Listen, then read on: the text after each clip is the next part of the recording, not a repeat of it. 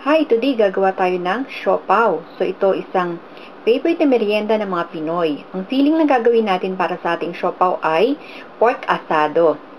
So ang mga ingredients natin para sa ating siopaw ay this is 2 cups ng all-purpose flour. This is 1.5 tablespoons ng cooking oil. This is 1 teaspoon ng yeast. We have 1/4 teaspoon ng salt. 1/3 cup ng sugar, 3/4 cup ng water, and 1 tablespoon ng baking powder. So, yan ang mga ingredients natin para sa balutan ng ating siopaw. Yan. So, ang una natin gagawin is isosoften natin yung ating yeast. So, yung ating 3/4 cup ng water, lalagay natin ng 1 tablespoon ng sugar. So, yung water natin kailangan lukewarm, about 110 degrees. So, mainit-init siya. So, lalagyan natin 1 tablespoon ng sugar and then yung ating yeast. So, ang gagawin natin, ipapabloom muna natin yung yeast. Kasi ang yeast, balibuhay yan eh. So, ang gagawin natin, parang gigisingin natin sila through the lukewarm water.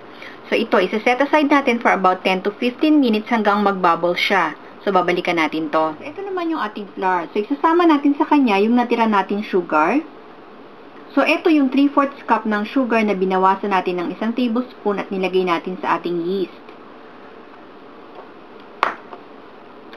Yung ating salt. Yung ating baking powder.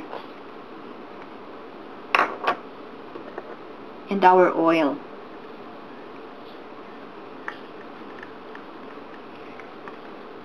So, hahaluin natin sila together hanggang maging well-blended. So, ito bale yung magiging pinakabalutan ng ating siopaw. So, ito na yung ating yeast na pinabloom natin. So, makita nyo medyo bumubula siya. So, dapat ganito yung kalabasan ng yeast ninyo. Kung hindi ganito ang kalalabasan ng yeast ninyo, ibig sabihin masyadong malamig yung tubig na ginamit ninyo. So, dapat tamang-tama yung temperature ng water. So, pwede na natin siyang haluin ngayon. Yan. So, yung flour natin, hinati ko sa 2 bale. So, ito yung half ng flour mixture natin. So, dito isasama natin yung ating water na may yeast.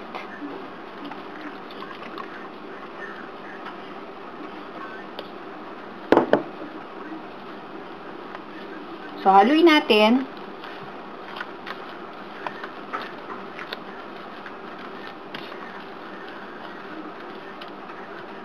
And then, i-add natin unti-unti yung ating natira na flour.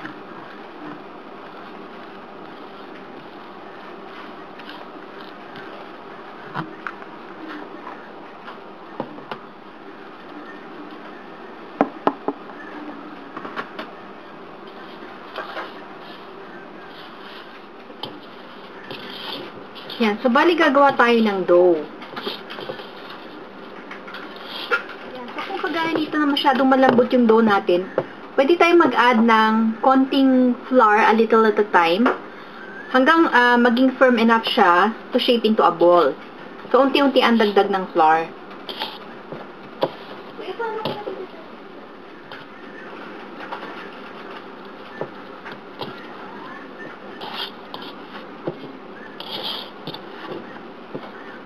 Yan. So, firm enough na yung ating dough para ma-shape natin ito a ball. So, ang gagawin naman natin ngayon, ininid natin siya or mamasahin. Yan. So, dito sa board natin, lalagyan natin ng konting flour. And then, ininid natin yung ating dough. So, ininid natin siya hanggang maging soft yung dough natin.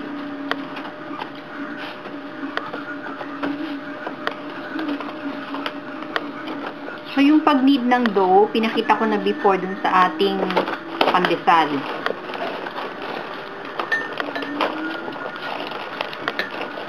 So, quarter turn, push, quarter turn, push.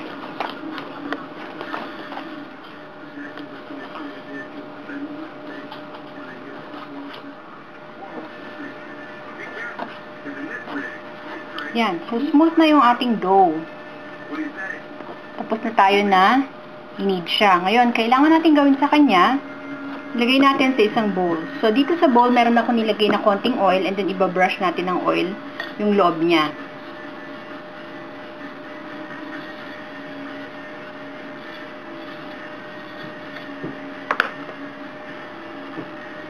And then yung ating dough, ipo-form natin into a ball.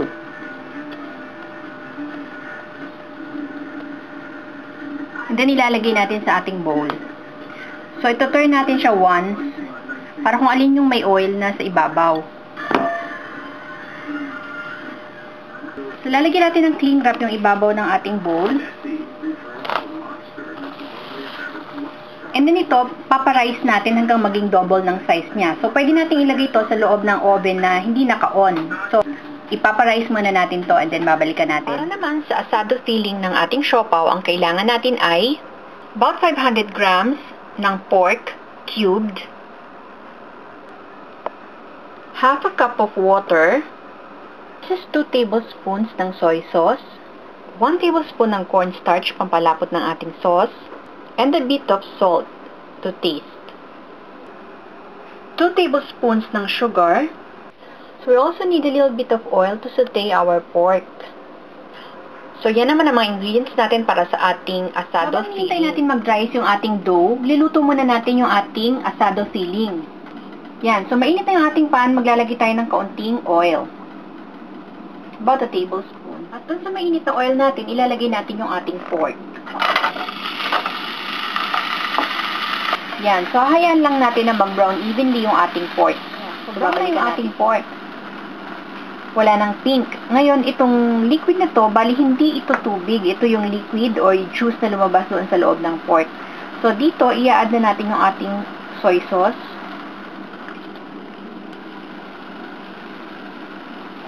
Yung ating sugar. A bit of salt. And a bit more of water. So, ang gagawin natin dito, hayaan natin siya kumulo at palalambutin natin yung pork natin. So, takpan muna natin. Yan. Babalikan natin malambot na yung ating pork, pwede na natin ilagay yung ating cornstarch. So, hinaluan ko ng konting water yung ating cornstarch. Then, ilalagay natin hanggang lumapot yung ating asado. So, unti-unti ang lagay ninyo hanggang dun sa lapot na gusto ninyo na ma-achieve. And then, kung gusto nyo i-adjust yung lasa niya, kayo nang bahalang magdagdag kung ano yung gusto ninyong idagdag. So, kailangan malapot yung sauce natin kasi ilalagay natin siya sa loob ng ating siopaw. So, malapot na siya. Ngayon, pwede na nating patayin yung apoy.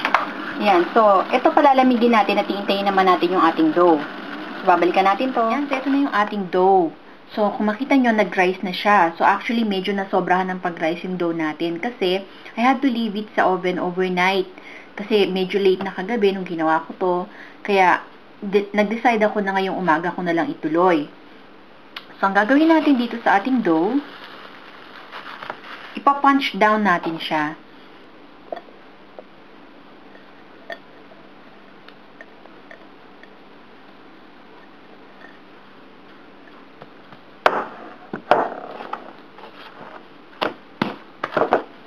Salisin natin yung air sa kanya.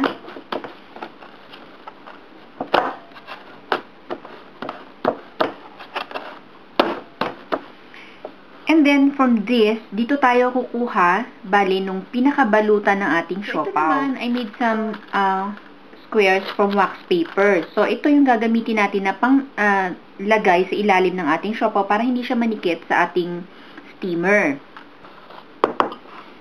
And then, I have here our asado. So, ito yung filling ng ating siopaw. So, ang ginawa ko, pinaghiwa-hiwalay ko na yung ating dough. So, I made it into balls. Kung siguro 1 to 2 inches na size ng ball. And then, ang gagawin natin dun sa ball, bibilugin natin. And then, ipa-flatten natin siya. So, we will flatten it ng konti. So, medyo stretch lang natin yung dough natin.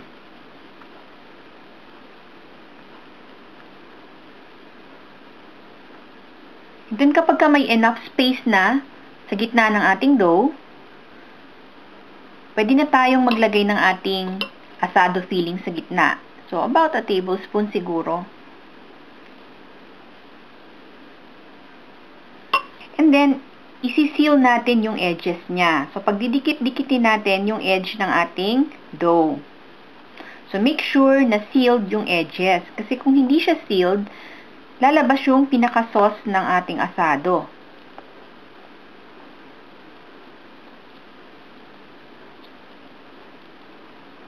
medyo pinch nyo lang yung dulo. Yan. And then, yung side na sinil natin o yung pinagdikit natin na side, yun ang ididikit natin sa ating wax paper. So, ito na yung ating nabalot na siopaw. Ngayon, I was able to make 15 pieces ng siopaw dun sa ating recipe. Ngayon, ang gagawin natin dito sa ating siopaw, hahayaan natin siya na mag-rise for about 1.5 hours or hanggang maging double yung bulk nitong ating nagawang siopaw. So, iintayin muna natin na mag-double yung size niya at saka natin siya i-steam. So, babalikan natin to. Habang pinaparice natin yung ating siopaw, nag-iinit naman tayo ng tubig sa ating steamer. So, ready na tayo iluto yung ating siopaw na ginawa. So, hintayin muna natin itong kumulo bago natin isalang yung ating siopaw. Yan, so, ito naman na yung siopaw na pinarice natin. So, medyo mas malaki na siya ngayon kaysa yung kanina nung shinape natin siya. So, pwede na natin ito ngayon ilagay sa ating steamer. So, i-arrange lang natin yung ating mga siopaw sa steamer natin. So, wag silang dikit-dikit. Mag-leave tayo ng spaces in between. Yan. Kumukulo na yung ating water. So, hayaan lang natin yung ating heat sa medium. Huwag masyadong malakas yung apoy. So, now, ready na tayo na isalang yung ating siopaw. So, isasalang natin to at lulutuin for about 10 to 15 minutes or hanggang maluto yung pinakabalat niya. So, babalikan natin to. So, habang ini-steam natin yung ating siopaw, gagawa naman tayo ng sauce. So, what I have here is 1 cup ng water, 2 tablespoons ng soy sauce, and 5 tablespoons ng sugar. Tsaka nilagyan ko rin ng a pinch of salt. Ngayon, kung ayaw nyo na medyo matamis yung inyong sauce, pwedeng bawasan ninyo yung sugar na ilalagay ninyo. But ako kasi, ito yung gusto kong timpla. And then, lalagyan din natin ng star anise yung ating sauce. So, star anise sa Filipino, ang tawag dyan ay sangke. So, kung bibili nyo siya sa mga palengke, ganito usually yung makikita ninyo. So, kaya tinawag siyang star anise, para siyang flower.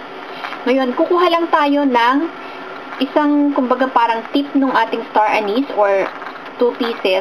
Yan. So, I'm using dalawa, isang malaki at isang maliit na piece. At isasama natin dun sa ating mixture. So, papakuluin muna natin to and then pag kumulo siya, lalagyan natin siya ng pampalapot which is cornstarch. So, balikan natin to ha. Yan. So, kumukulo na yung ating sauce. So, pwede na natin ilagay yung mixture natin ng cornstarch at water. So, unti-unti ang lagay hanggang ma-achieve natin yung lapot na gusto natin. So, halo lang ng halo.